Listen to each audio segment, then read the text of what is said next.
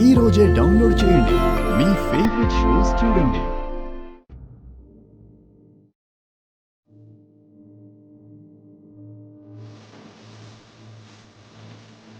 ఏం సుందరి, మంచి ఫ్లవర్ వాసన వస్తుందని చూస్తున్నావు కదా.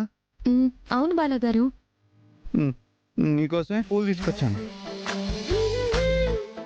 నా కోసమా? భర్తలు భార్యలకి పూలు తీసుకొచ్చిస్తే చాలా హ్యాపీగా ఫీల్ అవుతారంట. ఎవరు చెప్పారు? ఇందాక మన ఇంటి పని వాళ్ళు మాట్లాడుకుంటూ ఉంటే విన్నాను.